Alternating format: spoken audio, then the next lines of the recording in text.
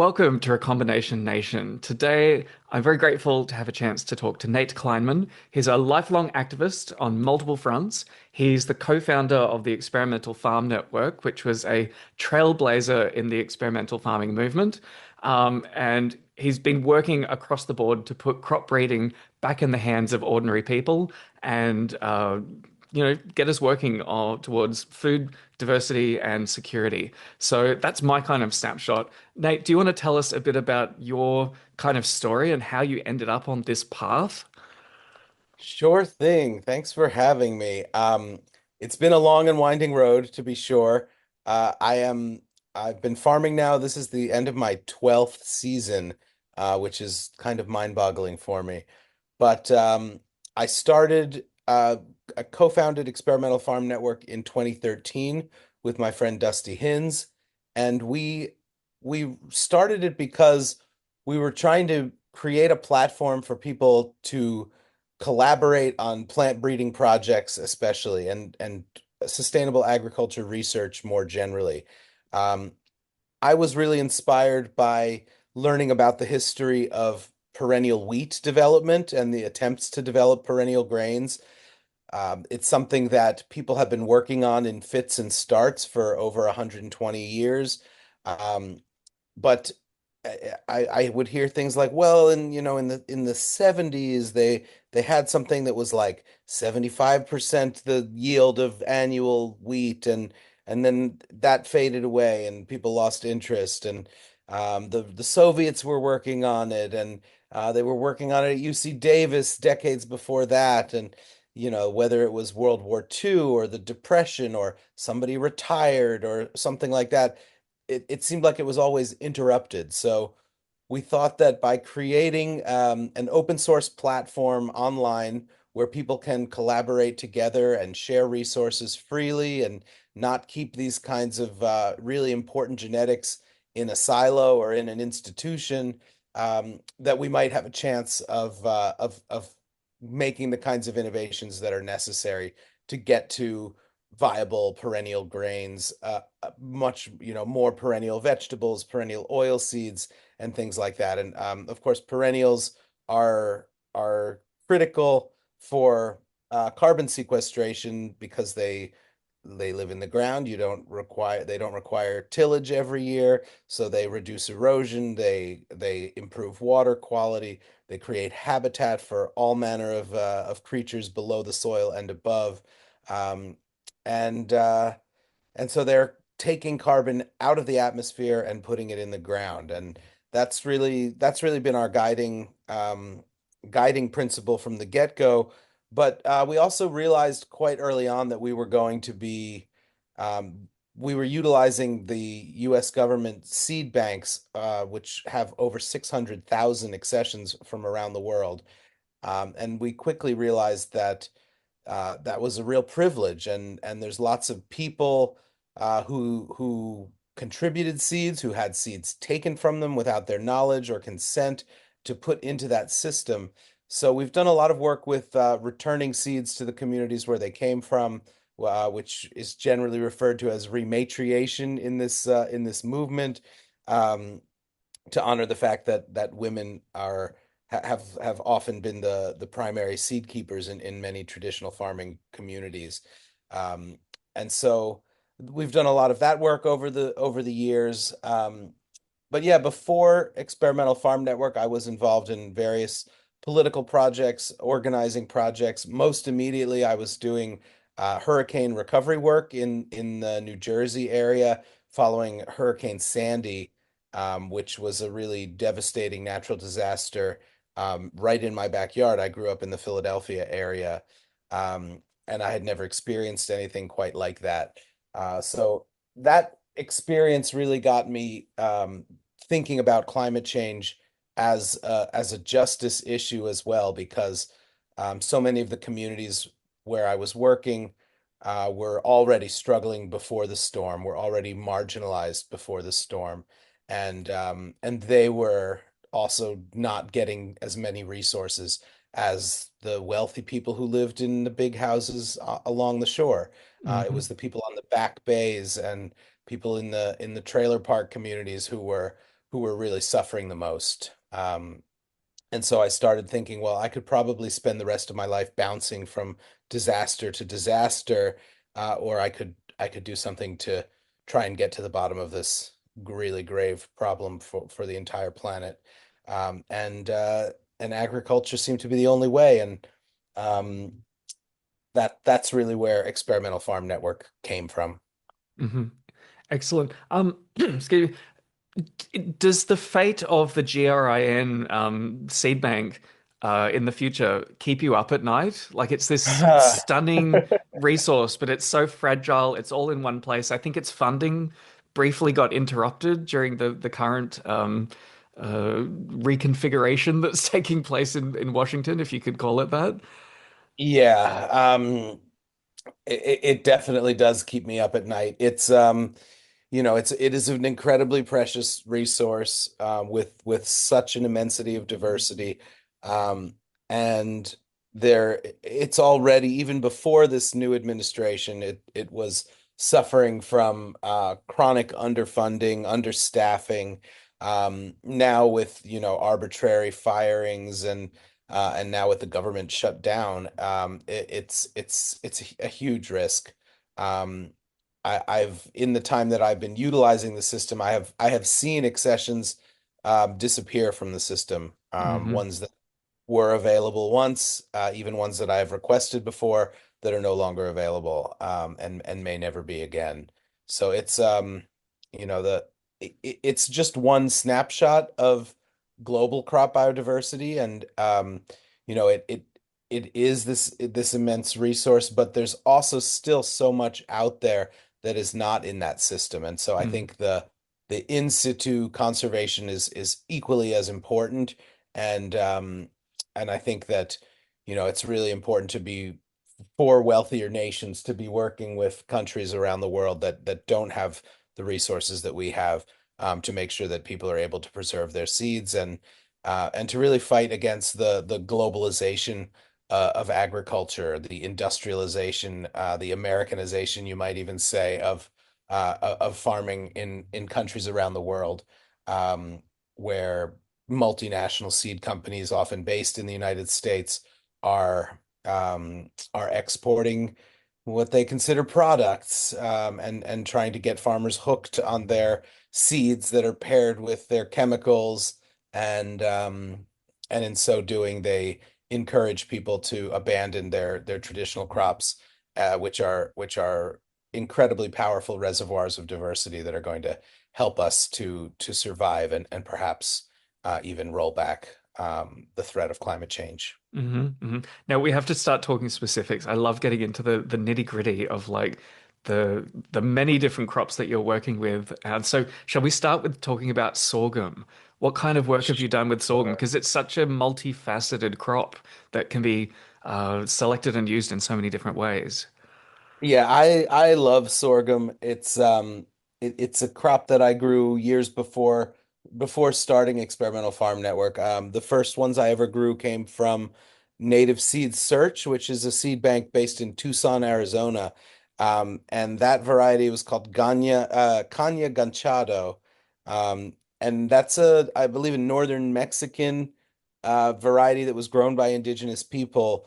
Of course, it's a crop that originates in East Africa, but it's so wonderful. It's been adopted widely around the world, and it's used for a whole range of different things.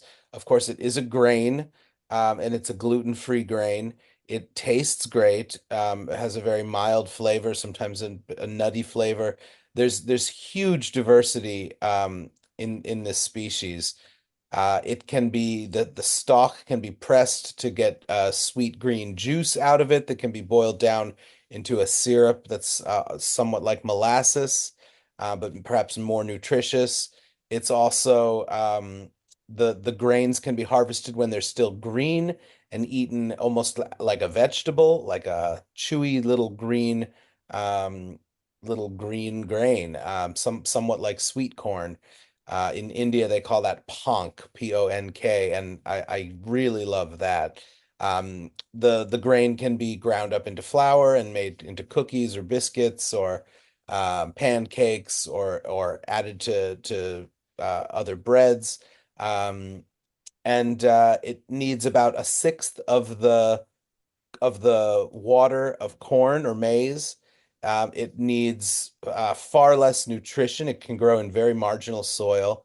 Um, it's very widely adapted. There are tropical sorghums, and there are sorghums that come from Europe that have been adapted to the northern hemisphere as well.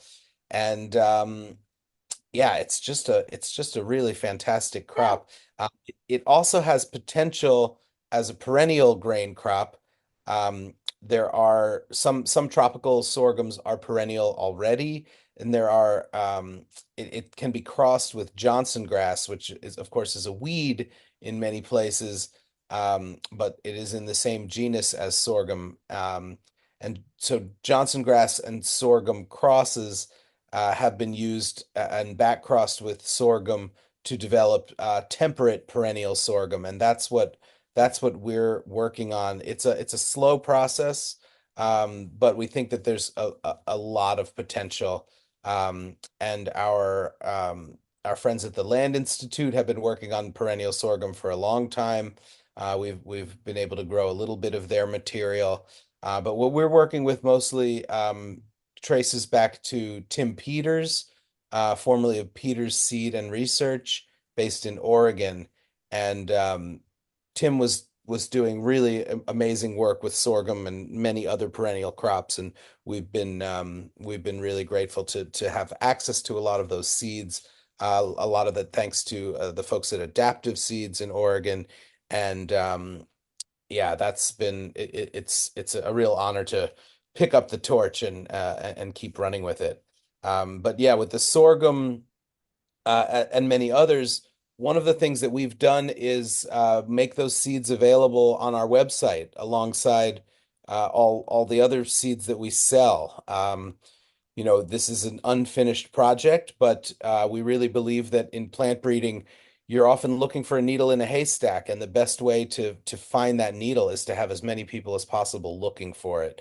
Mm. So offering the seeds to the public for, $5 a packet, is the best way that we know to really get it into as many people's hands as possible. And we very much hope that people will take it and run with it, and that if we're unable ourselves with our breeding work, that somebody else will develop a viable temperate perennial sorghum as a really viable perennial grain crop. With a crop that is so stunningly diverse, do you almost like how do you deal with choice paralysis? Like if you were looking through the Grin database at all the sorghum listings, how do you even like there's no way anyone could grow out all of them. There'd probably be No, thousands in there. it's actually it's actually kind of mind-boggling, and for a relatively obscure grain, it's actually one of the most well-represented species in the National Plant Germplasm System. There are, I believe, over 47,000 accessions of sorghum, and that's in a system that has only 600,000 or so total accessions. So that means sorghum is almost one-sixth of the entire collection, Yeah. which is really really mind-boggling. So you're right. It is a challenge. We've done a number of things as we're looking to get seeds out of there, including make focusing our searches on certain geographic regions, including ones that have climates either similar to ours, or ones that we've grown other crops from that country and done well with them in New Jersey, where we've been based for most of this time. And we also we also have been looking at specific observations through the database. Not the entire collection, but very much of it has been analyzed at various points through the years.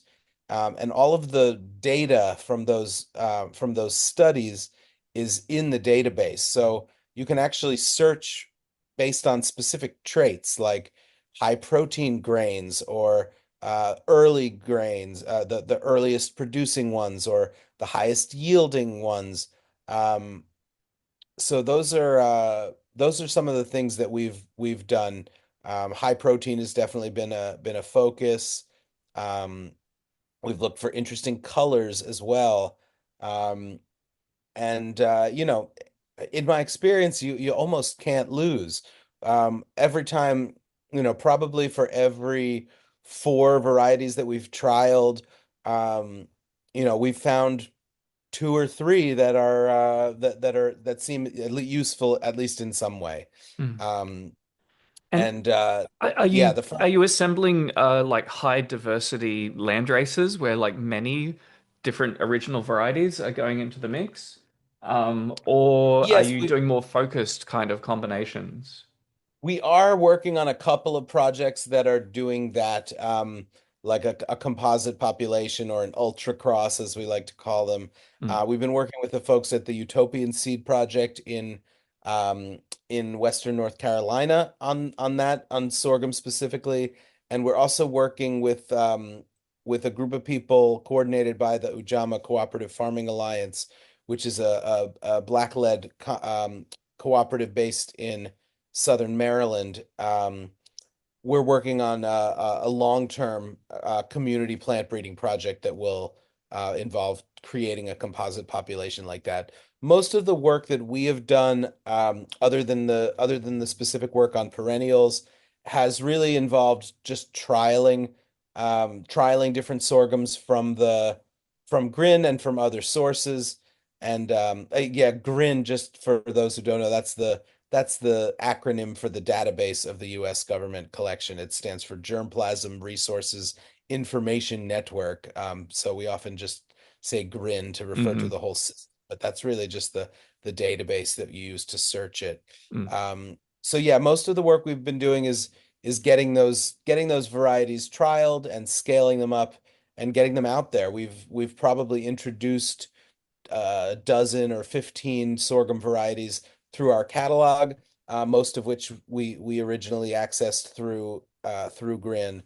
But we're constantly doing more. I This year we grew one called Sureño that comes from Honduras. And I'm told that folks down there treat sorghum just like corn. They even nixtamalize it Mm. to make tortillas, which is just really fascinating, and Interesting. just demonstrates, um, how valuable people around the world have found this amazing crop. It's fascinating too because I've read so much about how maize uh, became adopted rapidly in Africa, but it's really interesting to hear that sorghum, that sister kind of species, has gone in the other direction into places in South Absolutely. America. I didn't realize that. Yeah, indeed it has. And actually, one of the ones that we introduced just last year or the year before is called Dorado, which means golden in Spanish. But that variety was apparently selected by an intern at the ICRISAT research installation in India. That's the Institute for Dryland Crops. It's a global consortium. And this person wandered the fields and identified one that they thought was promising and took the seeds back to El Salvador, gave it the name Dorado. It has very, very pale yellow seeds. Um, and then, and that was around 1979, 1980. And in the subsequent decade, that variety became widely grown from Paraguay and Argentina north to Mexico. Mm, It was even adopted in Egypt. And by 1990, it represented about 10% of the Egyptian sorghum crop. mm. So it's really cool how much that spread. But that variety does not seem to have been available in the United States at all until we made, little seed packets available through our catalog in the last couple of years. But I'm really optimistic that one is going to be that's going to be a valuable addition to the suite of sorghum varieties that are available in the U.S. and elsewhere in the world. It's a very Well, short season variety, so I think mm. I think it's well suited for adoption in many northern hemisphere places and perhaps parts of the southern hemisphere as well, maybe even New Zealand. Mm. I'm very curious if you have any reflections and advice on how your relationship with Grin has changed over time, and if people are like want to start accessing it themselves, how should they approach it? Because I think they're with their limited resources, they're fairly selective about who they send material out to. Yeah, it's I think I've definitely gotten more selective and made fewer requests. I also often make requests that are sort of like with a larger group Hmm. um, because I know how to use it and I have a track record of utilizing it. People will ask me to help them get seeds out of it. Um, but I think I have been in the beginning, when Dusty and I started farming, we were growing at a scale neither of us had ever grown before. And, we probably planted well over 500 different things our first season. And it was just, it was overwhelming. It was too much. Mm. So we've definitely grown less and less ourselves each year. But as our network of growers has expanded, we've also felt more comfortable sending small grin samples to our trusted growers elsewhere in the United States, and so that's been a big boon for us. Um, but now with the uncertainty in the government, it does feel more urgent to get as much out of there as possible because we really don't trust that it'll be there forever. There's conversations about somehow privatizing the system as well, which I think would really be disastrous. Yes, yeah. Yeah, it adds a sense of joyous urgency to using those resources while they're available. Yeah, Another crop I absolutely. really, really, really want to talk about is jobs tiers because I've recently gotten four varieties from our local, much smaller Australian government seed bank, and have started Okay. growing them. And it's very early days for me with that crop, but it's one that's solidly perennial. And Yeah, I'm curious if you've had any, uh, well, if you have any advice or experiences working with jobs tiers that might absolutely. help. Yeah, we've been curious about it for some time. I'm curious the varieties that you got, do you know if they're the hard-shelled varieties or the thin-shelled They're the varieties? hard shell varieties, which I Okay. absolutely need because we have incredible bird pressure here in Australia. Oh, okay. Mm. Yeah, I mean, I don't know what kind of equipment it would take to process that as a grain crop with those hard shells because they are very hard. So you'll need some sort of something bigger than a standard threshing machine, I think. Yeah. I'm not. So I'm guessing Um some kind of adjustable roller would probably be the most critical thing that would work on a small yeah. scale. That may indeed. So we have worked mostly with the thin shelled type, which are called Mahuan varieties. That's Mayuen. And those are the types that are typically used in Japan and in China and in India and other places where it's grown. In Japan, they call it hatomugi. In English, it's also known as adlay millet, um, or just adlay. And it's a really beautiful grain. The flavor is really delicious. You'll often see it in Asian markets being sold as pearl barley. It's mistranslated and but when you look at it, it only looks superficially like pearl barley. It's much bigger and really quite distinct. Um, Unfortunately, it is not reliably perennial where we are. I believe we're about one zone too far north. It can perennialize in the U.S. in the extreme southeast in Florida and maybe Georgia, Mm. maybe South Carolina, Louisiana, Texas. But it's not a reliable perennial for us at this point. But perhaps we could find types that are. I've been interested in a Southeast Asian accession that we got from a seed bank in Florida, the Echo seed bank. That place that the those Job's tears are the largest I've ever seen. The seed is it's at least twice the volume of a typical Job's tears seed, and it also is thin hulled despite being so large. So I've Wow. been interested in that one, but it unfortunately it requires a longer season than I have in New Jersey, so I haven't gotten it to produce seeds. And the varieties that I have grown um, that will actually ripen in New Jersey. Unfortunately, we've found challenges with pollination, and I'm not sure how to deal with it. I've tried growing it in blocks. I've tried growing it in rows and going out in the morning and shaking the plant as I might with corn to get the pollen flowing. Um, but it is yeah, I've often ended up with very few seeds actually filled, actually fully pollinated. So I'm not sure why that is, and if that's just a problem in New Jersey where I've been growing it. So I need to try it in some other places, and it's on my list to do, but it's um, it hasn't been a priority for me as high as sorghum and some of the others because I can't get it to perennialize in New Jersey. But I that's one of the reasons why we have a project up on our online platform. We want to get other people involved growing it in different parts of the U.S. Because I think there is great potential with this crop. And I know it's not something that I'm going to be able to lead as long as I'm growing in the mid-Atlantic or the Northeast.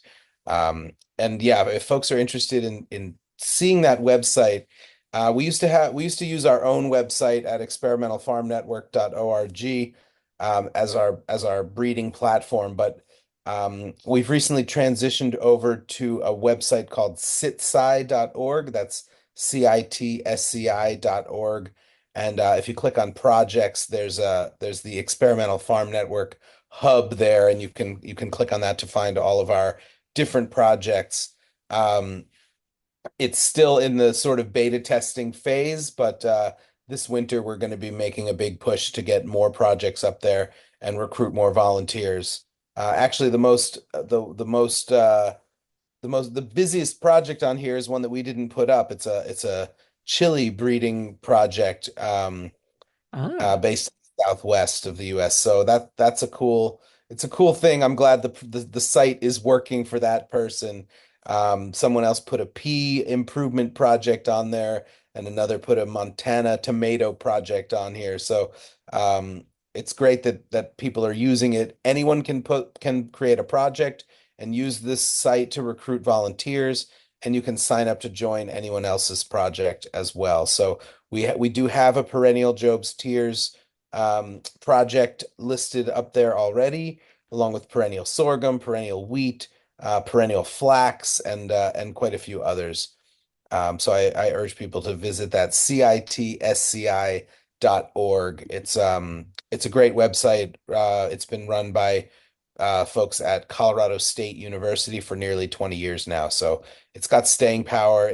You can create custom data sheets for it when you're as the project leader to collect whatever kind of data you're looking for from the volunteers, and it's organized in a really user-friendly way. So we're quite glad to have this partnership going and to have a more effective site for our breeding projects. That brings up a general question. How do you balance the like vital importance of staple crops like the grains that you're working on versus the sexiness and the kind of easier sell for vegetables and fruits? How do you think that dynamic is playing out in the evolving amateur plant breeding community? Good question. I think they play off of each other. It may, it's beach plums is one that we work with. That's a native species that grows from along the U.S. East Coast, maybe all the way up to Canada. but it's most common in Massachusetts and New Jersey, probably. Um, and beach plums are very small plums. They're smaller than a cherry, but they grow in profusion in the wild. They grow on sand dunes, so they don't need much soil fertility at all. They are very adaptable and they grow well in soil. Um, and they're very tolerant to all of the typical pests and diseases of the prunus genus, including um, plum curculio and black knot fungus and various pests that make it really hard to grow domesticated plums in our region. Mm, So that's something that, it's not, it's never going to be anyone's staple crop, but it makes really delicious jam. You can make tasty vinegar from it. It makes good wine. Um, and it makes, yeah, great jams and jellies and syrups. And um, it's a lovely locally important plant, but it's also just something that captures people's imagination. mm, And if we can use that as a bridge to get people more interested in plant breeding generally, then I think that's useful. We work with Maypop passion fruit, which is another native plant that's Passiflora incarnata, one of the most cold hardy passion fruit species. It's a perennial that dies back to the ground every winter and then can produce yeah, really maybe 10 meters of vine in 1 year. Um, do and then those it two crops function really well as gateway drugs into the world of plant breeding because they're natives and there's diversity scattered all through the landscape?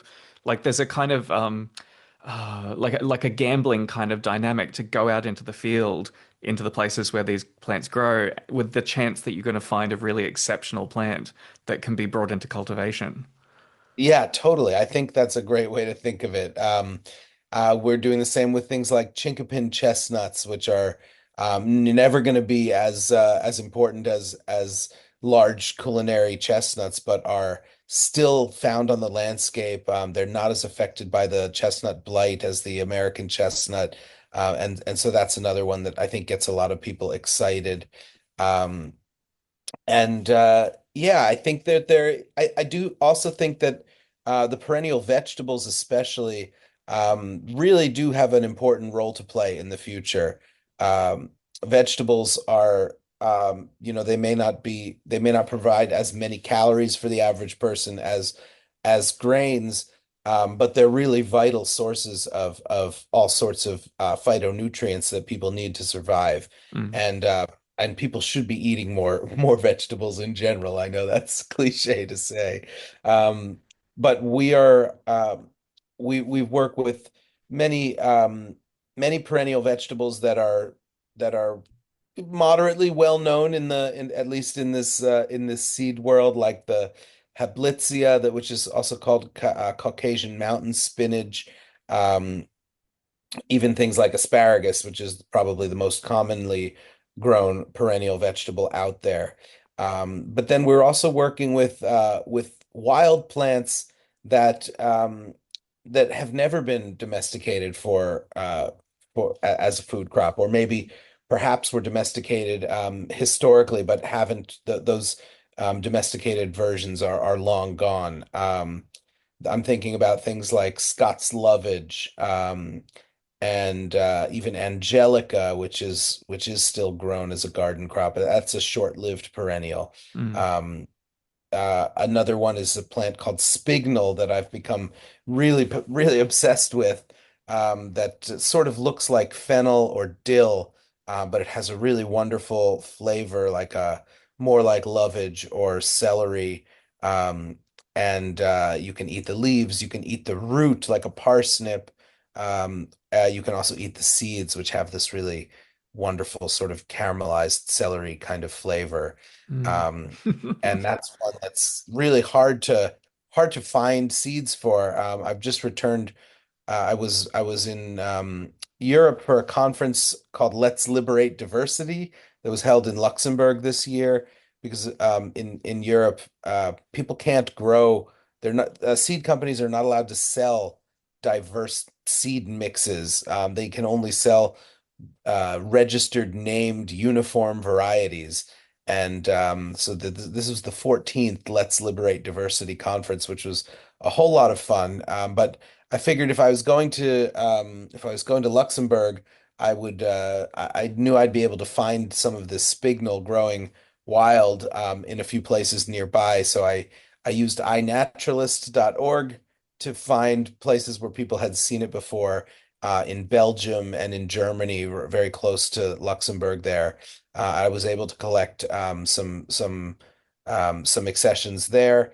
And then on the way back, I made my second trip to the Faroe Islands in the North Atlantic between Scotland and Iceland.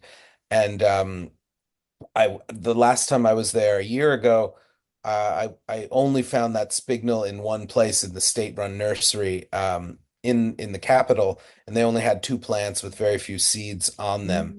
But this time I was able to go back and now my eyes were like primed to find it, and I found it in four backyards and in a parking lot and and also in the garden of the National Museum. And the gardener there was willing to share some seeds, and I have a permit from the U.S. government um, to import this small lots of seeds legally, and I just actually collected those seeds yesterday. They passed inspection, so that's been really fun. And it's the spignal in particular. The Latin name is Meum athamanticum, Meum.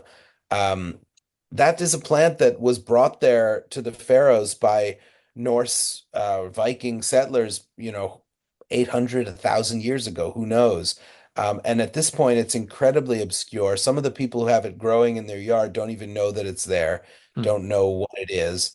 Um, it's really something that people have lost touch with. So it's been really fun for me to spend time with Faroese people and to get them excited about this plant that's growing in their backyard, literally. That's a place where the vast majority of food is imported from Denmark and other places, other than the salmon that they produce and the sheep, the lamb. It's really they are reliant on imports for so much food, Hmm. and yet they have all of that. They have food plants like this growing in their gardens that they're not even taking advantage of, and they also have wild plants like the Scots lovage I mentioned, like sea plantain, Plantago maritima, another one called salt sandwort, which is Honkenia peploides. Those are really delicious plants that are growing all over the place there, and nobody's eating them. Hmm. But the perennials anyway, I think are have great potential as domesticated garden vegetables, and um, it's been a real pleasure also to get to visit these places and look for germplasm, because there's so much diversity there. These are all species that I've just mentioned, except for the spignal, that I first encountered in the US, in Maine. Um, and the state of Maine is, it's similar climate it's the closest climate we have to places like Iceland and the Faroe Islands, but that whole North Atlantic bioregion is connected by the ocean. And so the plants that are growing on the European side are also growing on the American side. And but unfortunately, due to overdevelopment of the coastline, pollution and climate change, the populations are much smaller in the U.S., and we're sort of the southernmost point of the southernmost part of the range of some of these crops is creeping north, Hmm. as climate change warms the whole planet. So you kind of have to go to a place like the Faroes or Iceland, probably Greenland as well, which I've never been to, and the Shetland Islands and the Orkney Islands, to find places where these plants are really still growing in profusion with enough diversity to provide the basis for a long-term breeding domestication project. That's what I really love. You're such a great example of how we have all of these tools at our fingertips today, like our ability to find information and then to travel around the world and like get our hands on resources is like you look back a few hundred years, and if you wanted to like get new plants from faraway lands, you'd need like a royal decree and a navy to like sail you there, and you'd probably die on the way back. And now you can like get on a plane or like order something in the post online. Those kind of opportunities are they're like magic. It's like pretty much like a teleporting device that you can just wish things from the other side of the planet. Absolutely. And like the Grin database, they may not be that readily accessible forever. So we might have a window of opportunity for changing the landscape of our bioregions, the crops and the livestock and the cultures that we have to put together to prepare for whatever comes in the future. Absolutely. Yeah. And I will say as well that, I don't want to elide over how fraught it can be to do this kind of work, collecting seeds from someone else's culture Mm, in another country. There's a long history of biopiracy of people outright stealing seeds from people. So in the work in a place like the Faroes, I've done my best to really make sure that I'm creating reciprocal relationships with people there, with the informants and friends that I've made over there. They're doing their own projects and they're interested in getting germplasm from here. So I've done a lot to bring seeds to them, including things like apple seeds. A friend there is trying to develop apples that will grow in the Faroe Islands. They have some growing from probably discarded apple cores on the sides of roads and places, but he still hasn't found one that's a reliable fruiter there. mm, So you know, I was able to bring seeds from dozens of different European and American apple varieties with the hopes that some of those will grow into something that can be useful there. And that's the same friend is growing uh, the perennial um, the perennial kale that we sell that comes from Chris Homanix, who was able to join me on that first trip last year. And this guy Tom Garside there in the capital, in Torshavn, is he just loves this perennial kale. It really thrives in the climate there, which is a very unusual climate where it doesn't get it almost never gets above 18 degrees like mm. any time of the year. Mm. Um, or 60, mid 64 degrees or so in Fahrenheit. Um, and yeah, I guess it's that's the thing with genetic, like biological resources aren't a zero-sum gain. A game like you can, it's like maize and sorghum. There was an exchange between those traditions, and both sides benefited, and neither had to necessarily give anything up. It's not it's not a chunk of gold that you have to fight over. It's self-propagating in the right conditions. right. And yeah,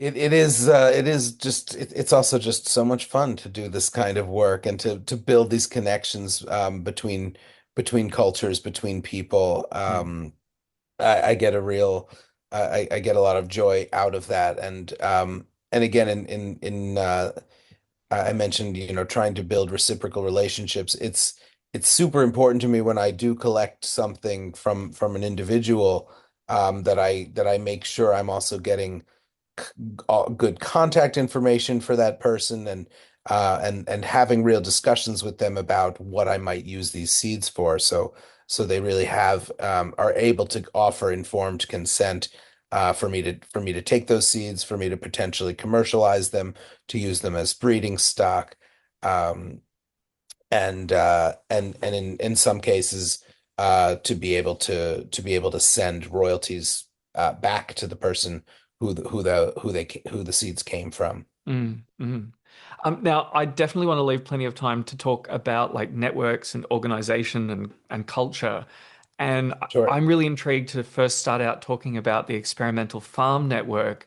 And if you can kind of sketch out like what the whole life cycle was of that project and the reasons why it evolved into using the citizen science website instead.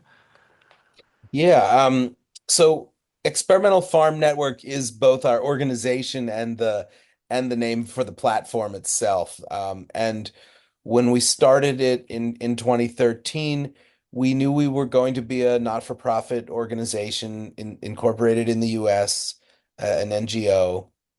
And we really didn't want to fall into the typical trap that so many nonprofits do, of needing to be constantly fundraising, constantly either begging rich people for money or applying for grants or applying to foundations. That work didn't appeal to me at all, or Dusty.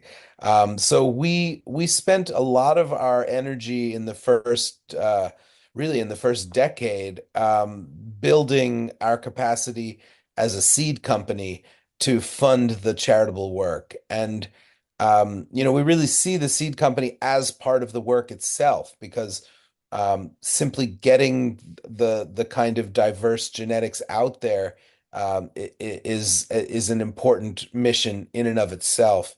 Um, but the breeding projects um, are really important, and neither of us are tech people. We had a friend build that first website for us, and it worked. It worked okay in the beginning, but it was never as functional as we wanted it to be, and it was developed on Drupal, and it was sort of very customized. So there was really only one person who could um, edit it and improve it for us, and so we were very reliant on his schedule and his life, and it just was it never did what we wanted. So we sort of struggled for a few years with it.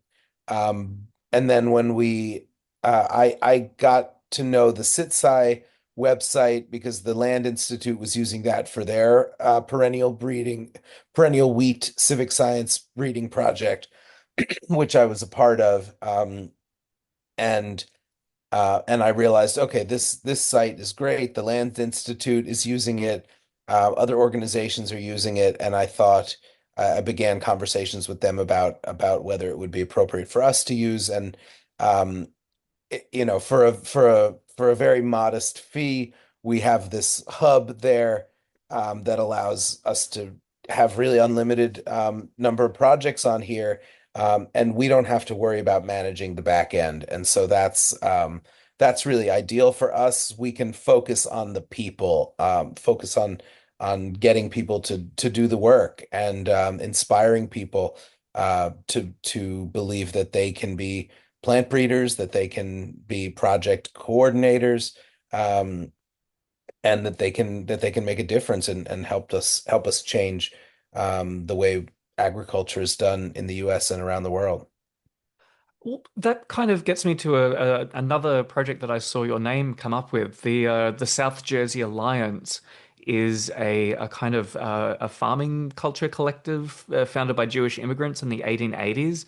And I believe you were involved in a revival of it. And is that another example of the advantages of like leveraging or revitalizing an existing structural community rather than trying to start something from scratch?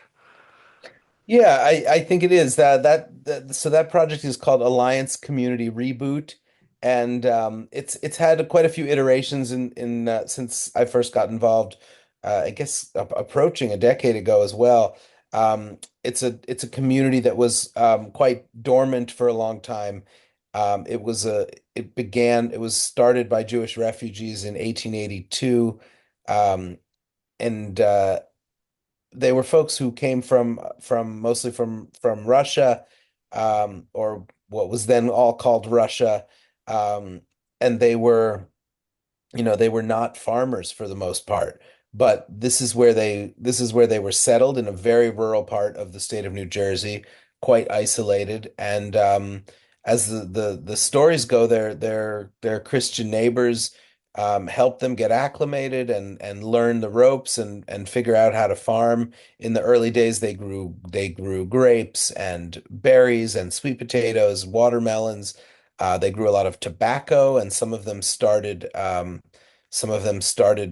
companies that still exist. The Phillies Cigar Company was started by the Bayek family. That's one of the founding families of the community.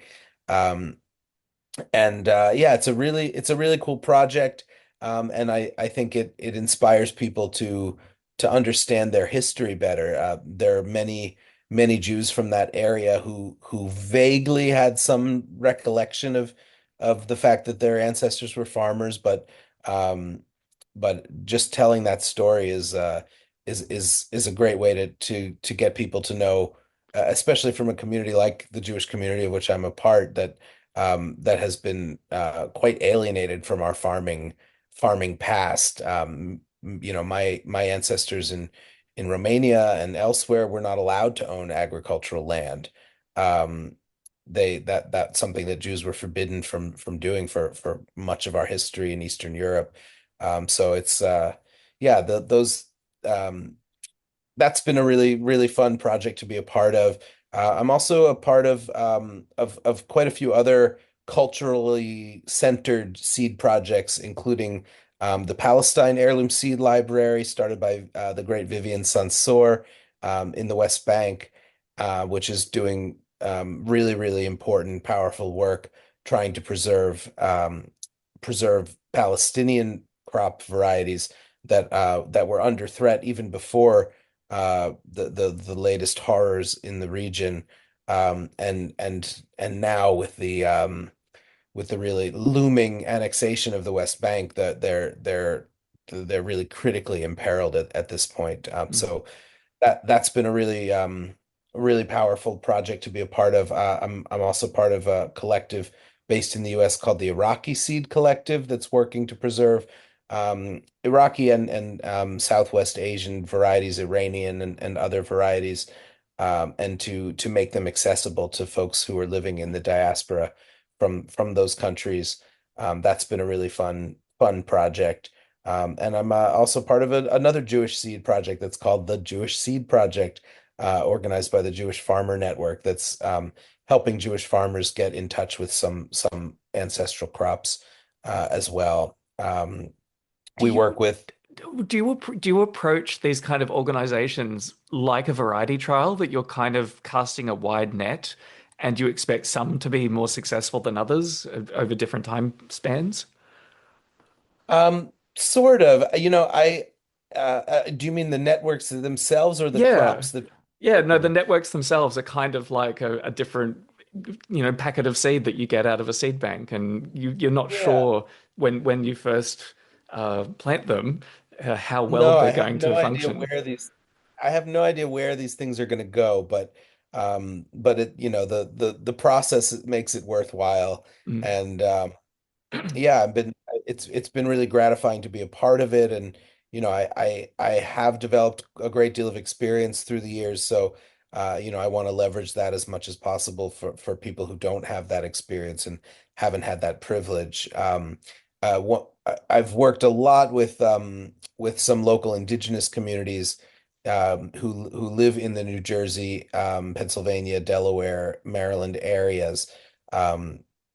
So many of those communities, which I grew up knowing that so many of the place names in my area were Lenape names, and I knew that this was Lenape land that I was really born a settler on, but I didn't understand what Lenape culture was now, and I vaguely perhaps knew that there were some reservations out west, but I didn't know that there were active communities still living in the region.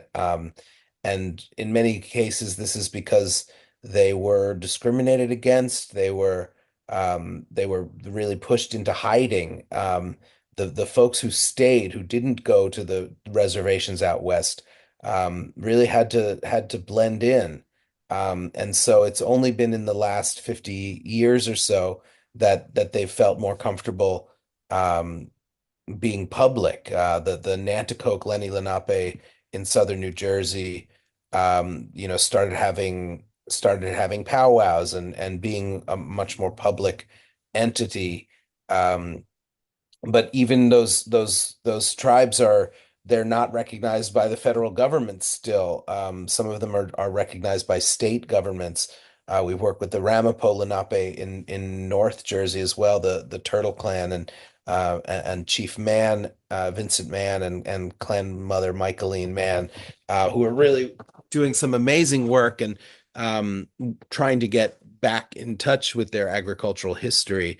Um, and it's just been such a privilege to get to know them and to help them connect with their ancestral seeds with varieties that have been stewarded by white folks for centuries in some cases. Interesting. Oh, well, and that kind of perspective makes you a really unique guest to ask a question about the political landscape, particularly in the US, is very tense. It's very polarized. But there's also, I think, a political horseshoe, I think it's sometimes called, that if you go far enough to the left, you start finding things that you also find far enough on the right. And I wonder if you have any thoughts or advice on how these kind of community-based experimental farming initiatives can navigate those potential tensions between people from all sorts of different backgrounds who might want to get involved.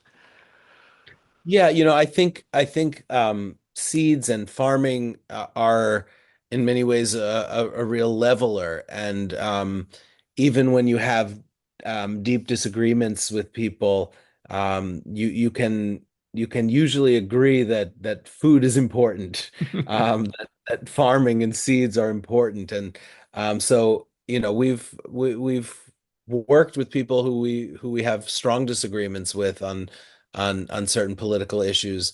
Um, and also, I think that seeds can help to humanize people. So much of what is um, what I see as problematic in the U.S. right now is rising xenophobia, and um, we are in my lifetime, we've launched multiple wars in other countries, and the people living in those countries have been roundly dehumanized in American media.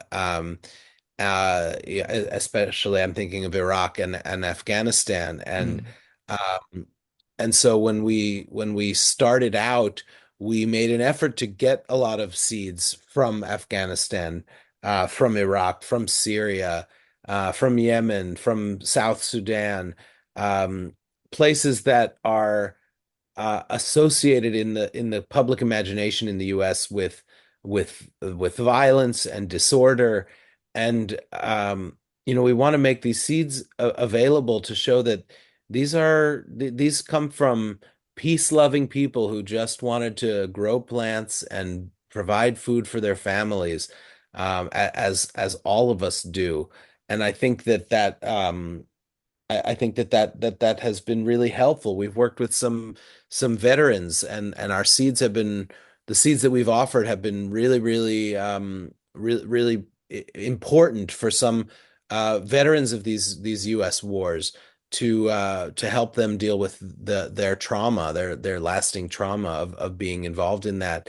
Um, and I think even in their um, for them to be reminded that the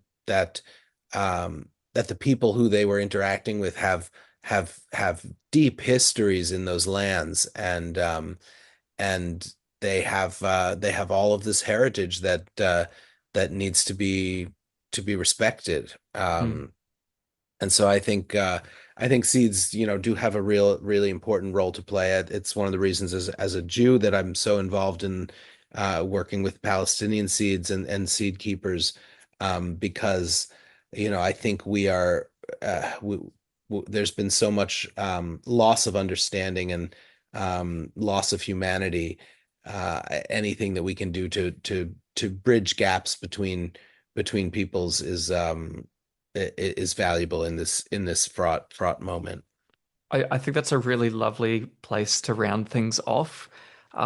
So, do you have any final wrap up of links and places that people can learn more about you? I've found quite a few really nicely done lectures on YouTube as well. I could potentially drop a few links to them. Sure, thanks. Yeah, I've done some presentations that are up on YouTube at a few different conferences through the years. Folks can follow us on Instagram at Experimental Farm Network. It's as many characters as an Instagram handle can be. Um, that's where I do most of my posting. Again, you can find the website citsci.org, citsci.org, and then click projects to find the Experimental Farm Network hub. Um, we yeah, that we also have our seed store. That's store.experimentalfarmnetwork.org, and we launch our catalog every January, usually about 1 week in, often on the first Tuesday of the year. Mhm. I think this year it's going to be January 6th or so.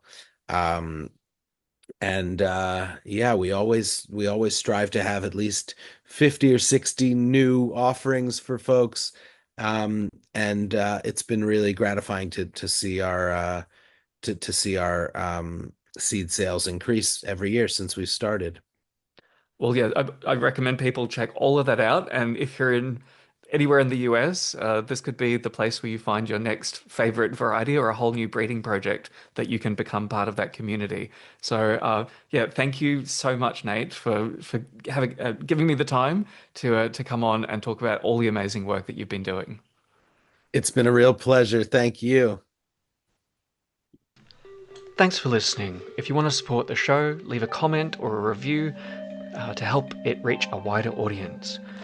And you can sign up to my Substack for full access to all of my archived articles, or just subscribe for free weekly emails of my writing on my farm and my reading and all sorts of other things.